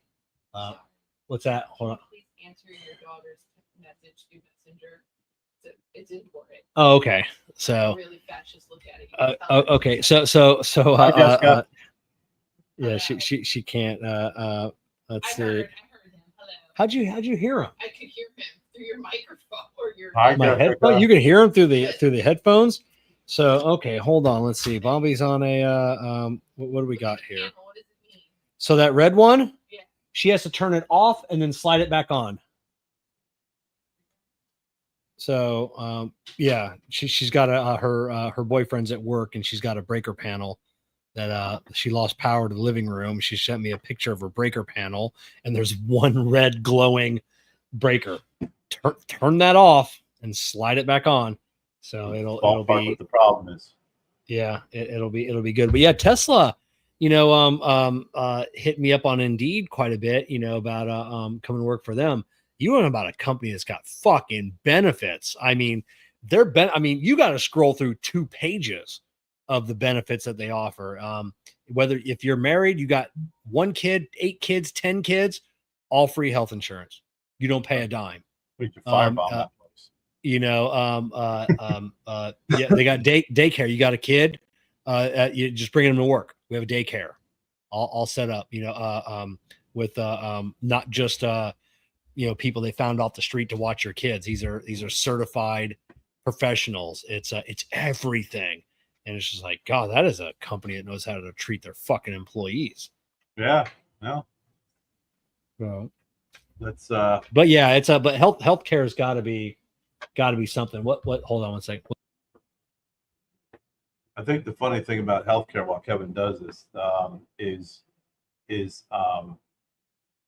fact that there's is these formularies and medications that are covered, not covered, but more importantly are the different medications that aren't covered that can actually help you get healthier, and prevent other medications from being necessary, and possibly reduce the need for hospitalization. So I've always that's always been a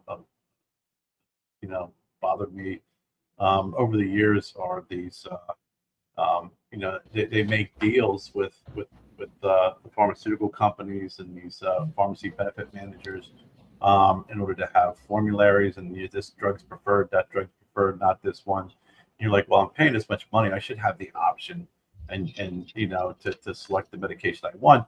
I was just saying, Kevin, there's a lot of meds out there now that aren't covered under insurances. That it's like, man, it's a little bit, it's more expensive than the first line treatment or second line treatment, but it's more expensive. But it could also have the potential to reduce the need and utilization of other medications. That's always been with formularies. It's always been a hot spot for me. I spent years in pharmaceuticals, and you were always like, well, my drug's not on formulary. You got to jump through hoops to get my drug. And it's like, well, That's because they struck a deal in order to get the other drug at a more affordable rate, or it's a generic, which I won't go off on that. Yeah, I mean, we got Wyatt. Wyatt's got Down syndrome. He like a lot of Down syndrome people. He's got a thyroid condition, so he requires a thyroid drug. And every now and then, Jessica, they're like, oh, hey, we're going to stop paying for the name brand. He's got to go on the generic. Then they got to go through all of these hoops. Luckily she keeps enough of a supply. By the time he runs out, she all the hoops have been like, he cannot take, the generic. He doesn't react. We've done this in the past, then his doctor's got to get involved. And then they find, okay, we'll pay for the name brand. But every now and then, it's just a medical. Every now and then they'll send a form, hey, he's got to go in for a medical evaluation to say that he's still challenged. He's got goddamn Down syndrome. Yeah. That's not. God, my back is killing me.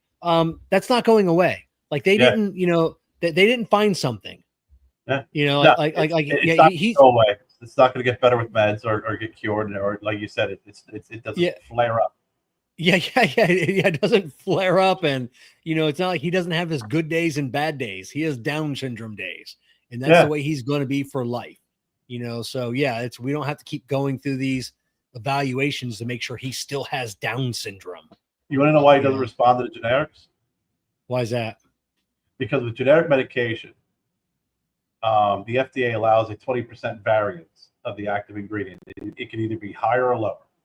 Okay. So in medications like thyroid medications or medications that have a very thin therapeutic window, some psych meds, if you have 20% more, you could have an overactive thyroid. It could actually have an impact there, or 20% less, and it won't be enough. So that's the reason why. So like going back to Pennsylvania, when they were closing down when Ed Rendell was closing down all the state-run hospitals, mental facilities, they had all the brand names on state Medicaid formulary, because they knew that if you're going to close these places down, a lot of the residents are going to be released either to homes or to the public, and they wanted the best medications that they could have access to, so they would have some great successes whenever they did some statistics on their ability to integrate into society. But the plan was, a year later, was to get rid of all that and put generic. So you can imagine, if you're someone who's on lithium, who's a mood stabilizer, and you're on a brand name mood stabilizer, and then you get a generic and it's 20% less, or 10% less, or 15% less, or 20% more. And I had a psych nurse tell me, who I worked with, got very good friends with her. She said they had some folks that they get a generic. It was the difference between someone who was completely unhinged and wasn't regulated because 20% less, or you had a zombie because they had more bioavailability. So that's where you'll see some of these generics. If you feel like, oh man, this isn't working, I got to take double the amount. Well, there you go.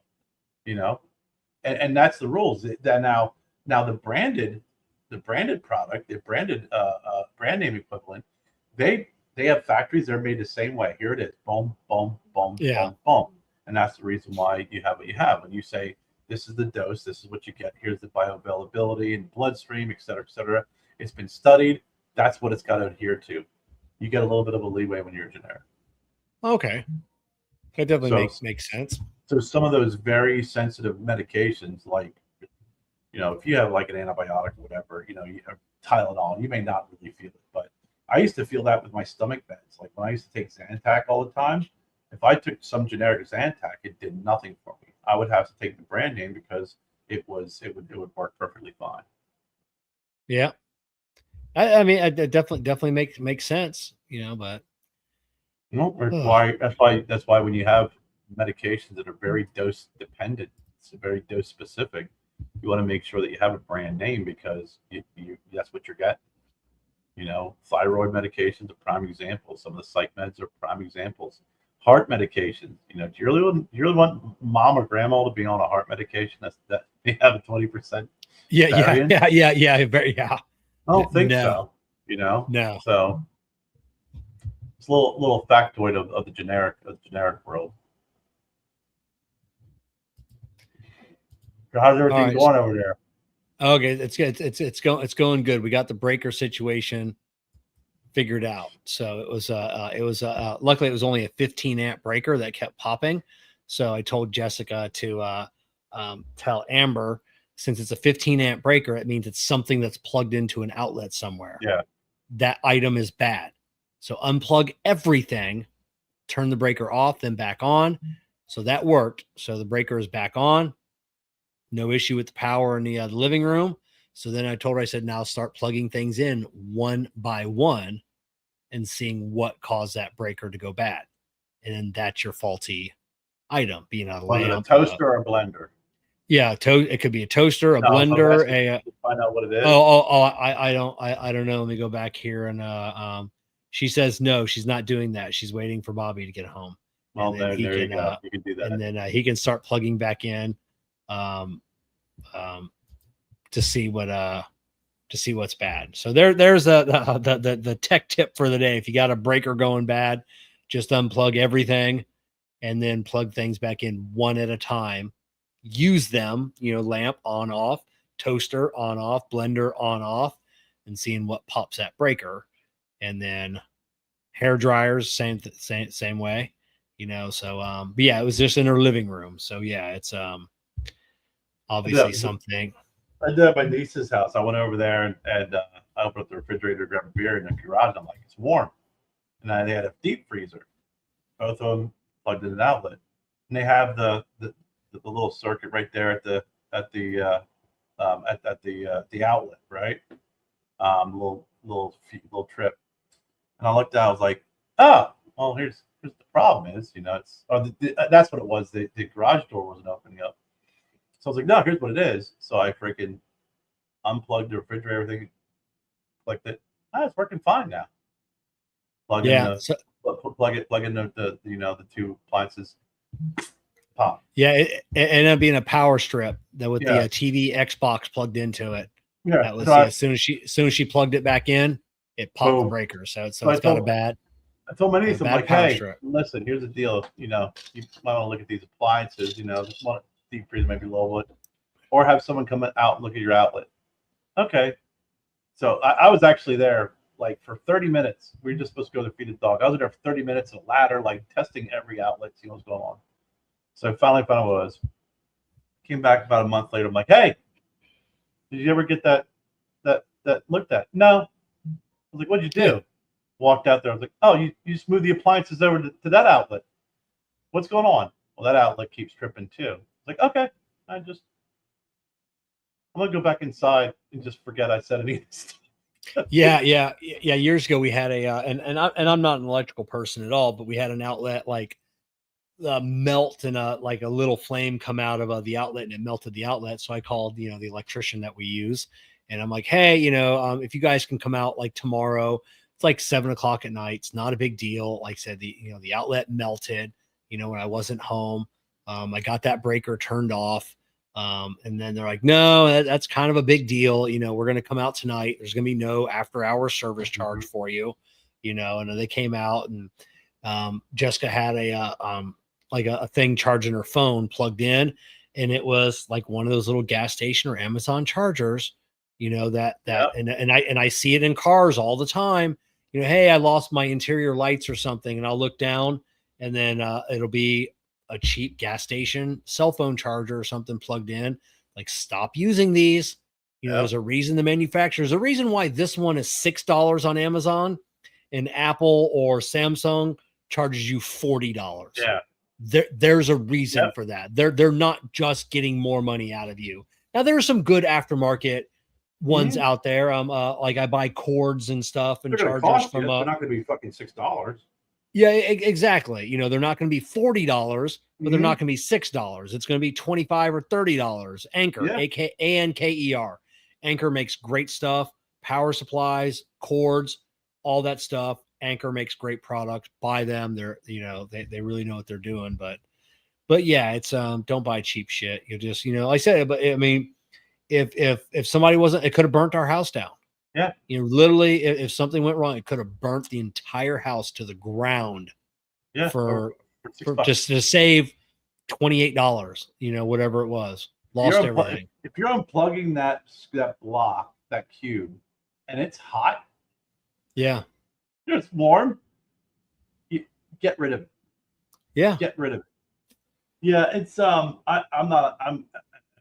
nothing in the world of electricity. I'm not an electrician. My dad was an electrician. One of my dads, he came from that generation. It was like he was a mechanic for years, electrician. You build shit. It was like whatever you needed done, he could do. No matter what. It's like, I want to build a deck. We'll get some wood, get some nails. We'll run some electricity out there. And he was a pretty solid electrician. My dad was also a smart enough electrician to know that when it reached a certain level, that he's like, okay, we got to get a licensed electrician in here, in order to service this, because I know this is what's going on. I still have the tools and the capability to do X, Y, Z. But I did learn a lot from him throughout the years. I know one thing that I did learn is that I know enough about electricity to know I don't fuck around with it. It's not one of those things that you can make a mistake on. You don't want to make a mistake. It's a mistake. It's like, parking lots and water. You can't. One of those things you just can't make a mistake in, because the one mistake is the last mistake. But if you see anything electrical acting up, it's like attention to it right away. I'd call my dad and be like, "Hey, Dad, this is what's going on. Well, what you need to do is this, and then call electrician." It wasn't like, well, turn off all the circuit breakers and replace it. It was always like, do this, do that. And it was always call electrician, get someone in there who knows what they're doing, who has the tools, who's certified, and you'll be a lot happier. Yeah. When we live by, he'd come over and do it. Yeah. When we were building the lounge here, I needed an outlet moved, because we decided to put the walk-in humidor afterwards, and outlet just had to be moved over and up. And then I need another outlet put in and tagged to the back of it. And then they called the electrician over, and the kid that comes over, he's like, yeah, you could have done this yourself. And I go, no, this is going in my humidor. It's protecting, tens of thousands of dollars worth of cigars. It's protecting my house. I'd rather pay you the $125. Yep. Just to do it yourself. That way I know it's done right. Now I can run all the wiring, like when I fed the power out to my workshop, asked the electrician, my different electrician, my neighbor, he moved in, his son moved in, licensed electrician. He told me what to buy, the cable to buy. I was able to run it down the wall, through the panel. I got it up into the panel, got everything done. And then he came over, did the final, saves me a lot of money, where he doesn't have to get up in my attic. He doesn't have to run that shit. Same when I had the internet come out to put in for the lounge here, and the guy's just like looking around. He's like, and he's like looking in the attic, and that's a long way where that internet comes in. I go, oh, the cable's already there. He's like, what? And I go, yeah, it's right here, like the Cat 6A or Cat 6E. And he's like, oh wow. And he goes, yeah, man, thanks. And he's like, tell you what, I think I've got some. He put me on a whole EERO mesh network, probably $1,000 worth of routers, whole mesh network. He goes, I'm gonna set it up. He goes, all I have to do is plug it in. He goes, yeah, this is all free. He goes, I don't have to get up in your attic. And I'm like, yeah. I go, I thought about this a long time ago. I have one single wire that goes through there, so in case you got a tape and pull it through, and then you can pull another wire with it, so that wire is always there going across the house, so I don't have to get back up in that fucking attic again. So yeah, he was thankful for that. So I know how to do that. I know how to run. I know how to run the stuff. Yeah, but not. Yeah. Yeah. Once it comes out of completion, no, thank you. I remodeled my bathroom back in Harrisburg, and my buddy and I did the same thing. We ran all the wires through. I was like, hey, Dad, I need you to come over here. He came over and did all the wiring. We had a guy come out here, and his cigars and maybe a couple extra bucks always go a long way too. Because when we first moved out here, it was like, okay, cable. Here's where I want to put the cable. And that guy was, we don't have basements here. We have the crawl spaces under the house. Ooh, that poor guy. He the guy was like, dude, you like smoke cigars? Yeah. I'm like, here you go. Oh, thank you. So he was freaking happy than pig as shit. We had our freaking dishwasher delivered. And the guys were like, okay, here it is. I'm like, you guys hook it up? They're like, man, we don't do the hookups. I'm like, you got the tools? He goes, yeah, I've hooked a million of them up. I'm like, $10 each, a couple cigars. He's like, we'll hook it up. Just don't say anything. We're like, okay. Yeah. Boom, boom, boom. They hooked it up, and that was the end of it. The first time our AC guy came over, because I use the same company, little mom and pop company, and he told Jessica he took the call because he recognized my name, and he knew what I did, and then she hooked him up with a 5-pack. So like every time, like he's like, their dish. So now I call the office, I'm like, hey, can you? And I forget I have his name saved in my phone. I'll tell Tracy, I'm like, hey, can you have so and so come out having a problem with the AC or something? And like, yeah. I mean, he lives by me, so it's not a big deal for him to come out on his way home, to do a service call. And but yeah, because he always knows he's getting a 5-pack or a 10-pack of cigars. So if I need just a little, I need a little cleaning done, it's like, hey, just I'll clean that coil for you. I'll take care of it. Don't worry about it. Our bud guy's like that. Our bud guy's a cigar guy too. He's a young kid, probably in his late 20s. He always comes over. Hey, how you doing? Boom. I give him some cigars. Get a little extra spray or a little bit. Hey, can you get in the house? Can you do it? Yeah, sure, not a problem. Yeah. Hey, there's a termite thing. Oh yeah, I'll throw a couple more out there. Yeah. But like you said, we've had our FedEx guys and your UPS guys. We get to know them after a while. And some of them are cigar smokers, and it's good conversation. But I think you always get a little bit of an extra friendly treatment. A little bit more interaction, maybe a little bit more for the money. But it's that commonality that we all love so much. Yeah, my mail carrier, I tip her twice a year, summertime, because it's hot as dick, and she's the mail trucks, they don't have any AC. She's got this shitty little metal fan, so I'll give her like $100 in the summertime, and then I give her like $100 in the wintertime, but she always takes care of me. When she goes on vacation, she'll send me a message on Facebook. Hey, I'm going on vacation. I told everybody, make sure that they're checking because I got a big mailbox by my front door for all my packages. Make sure you get out every day, because sometimes he'll forget to create a pickup online, and you got to get out every day and check.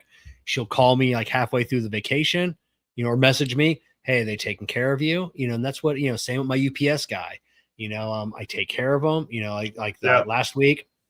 It's hot. He gets out of the truck, instantly go to the fridge. I see him coming, grab a bottle of water, and I'm like, toss it to him, and hey, have a great day. Sometimes I'll let the dogs out because he loves fighting my dogs in the front yard, because he has pit bulls as well. So Stella hears that UPS truck. She's like, it's fucking on. I'm gonna get him today. Like, he'll punch her in the face, and they wrestle in the front yard. Right. Skylar goes directly to the truck, and because she knows the container of treats are on the truck. So she doesn't want to wrestle. She just wants the treat. So she goes and runs up on the truck, waits for her treat. Stella just wants to wrestle and have a good time. So, you take care of those people. FedEx guys, I don't take care of them because I don't have the same It's always a different FedEx person. And we have our UPS guys, but we have 2 of them that come here a lot. And even I'll be sitting there, and he'll come in and be like, he'll wave. He knows where to put the freaking packages, and the other guy's pretty cool too. We had a mailman when we first moved here. He was super nice guy. Another one who went above and beyond. And then he retired. He said, "Oh, retiring soon." And his replacement, not so much. It's like you would think like every opening up a mailbox and putting mail in the mailbox was a fucking chore. It's like. You pull up. Yeah. It's not that hard. I'm just like, I try and engage and be nice. Well, hey, how you doing today? Here's your mail. It's like, okay, you have a beautiful day. See you later. Good fucking day. It's like you ever see the movie Funny Farm with Chevy Chase, where he just throws the mail. You crazy guy. Oh my god, that movie's fucking great. Oh, it's great. But yeah, like I said, Kim, she's got to get out in the rain. We know if it's going to get rain, we try and put all the packages in plastic bags So all she has to do is get out, grab the pile of bags, take them to the truck. And, if I'm home and I hear it, I'll go and get all the packages for her. And she does a great job for me, and it's, so yeah, it's those little bit of appreciation it goes a long way. It does. I tried to break through. Even the mail lady, she backed the mail truck up because we had a pretty big delivery. I'm like, hey, I said, you just relax it, I'll pull it out. Tried everything possible. She just is unflappable. I'm determined to kind of break her and get her to open up a little bit, because boy, oh boy, I'll walk out every time I hear, I'll take a stroll out to the mailbox and greet her and get the mail and stuff like that. And it's like, you thought I went out and, freaking took a leak on the front of the vehicle. Yeah. We even have that at work with the parts delivery guys. We got a new guy from Advanced Auto Parts, and Bob. I mean, legitly, he's got to be 90 years old or really close to it. So I'll see him pull up and I'll yell at the kid. I'm like, hey, go out and get those parts. Bob's 90. He doesn't need to be lifting up some brake rotors or batteries, so we go out there and we pop the trunk, we get everything out, and then when he sees parts, the orders come through on his end, he always brings them over to us first, oh, hey, cause he says, we're the only ones that do that for him. Yeah. When it's raining, I tell the guys, when it's raining, if we have an open bay, you fucking pull in that bay. We getting out of your car in the rain. Your drop sucks as it is, so pull in, at least stay dry. So yeah, no, it doesn't take much. We were talking about it earlier. It comes full circle. Is being nice and being respectful and treat others the way you want to be treated. It doesn't matter what their job is, because that's how, the guy, actually, when we lived in our first place in Taylor's, when we first moved into our first house, the guy who came out and put our cable in, he was another guy who spent a lot of time under the house running, like busted his ass. Cigar guy, gave him some cigars. We connected on Facebook, became Facebook friends, still friends with him. Yeah. And just a super nice guy, local guy. Probably would have never met him or would have never connected with him otherwise, but just being gracious, and full of gratitude that he spent extra hours hooking up the cable, going above and beyond, because the guy, the place we first rented, the guy who rented from built the house. And boy, oh boy, there is some, those funky wiring, right? Especially from houses that were built by an individual like that. There's some real funky stuff going on there. But he had to go in. He's just like, dude, there's wires going everywhere. I have no idea what the fuck's going on. I got to redo this whole thing. And he did it, and worked his ass off. Like you said, gave him drinks, gave him cigars. And we've been on Facebook. I mean, gosh, that was 10 years ago or what have you. We've been, friends ever since, we pal around, but we're Facebook friends, still comment on each other. Yeah. And there's been some times I've seen that he's been going through some rough times. I check in on him and see how he's doing. But it's just being respectful and being nice and treating others the way that you want to be treated. It's not a very complicated and not very, it's not easy. It's simple, but it's not very complicated. It's a very simple thing. And if people learn how to do that, there'd be more, we'd realize there's more commonality than there are differences. That's why we let's go back to the cigar lounge. Sit in the cigar lounge, doesn't matter who it is, doesn't matter your job. Hang out, you talk to one another, you learn about family, you learn about your likes, your dislikes, the things that you like, cigars. It brings people together. And it does. There should be more cigar lounges. So, well, with that, so we come full circle. So it's been another great episode of the Puff and Ponder podcast. We've got some like advertisers. Check the video description, buy something from them, whatever. Check us out on all the social medias, Instagram, TikTok, or LinkedIn. All of our descriptions or our links are in the video description below, the podcast description, if you're listening to this.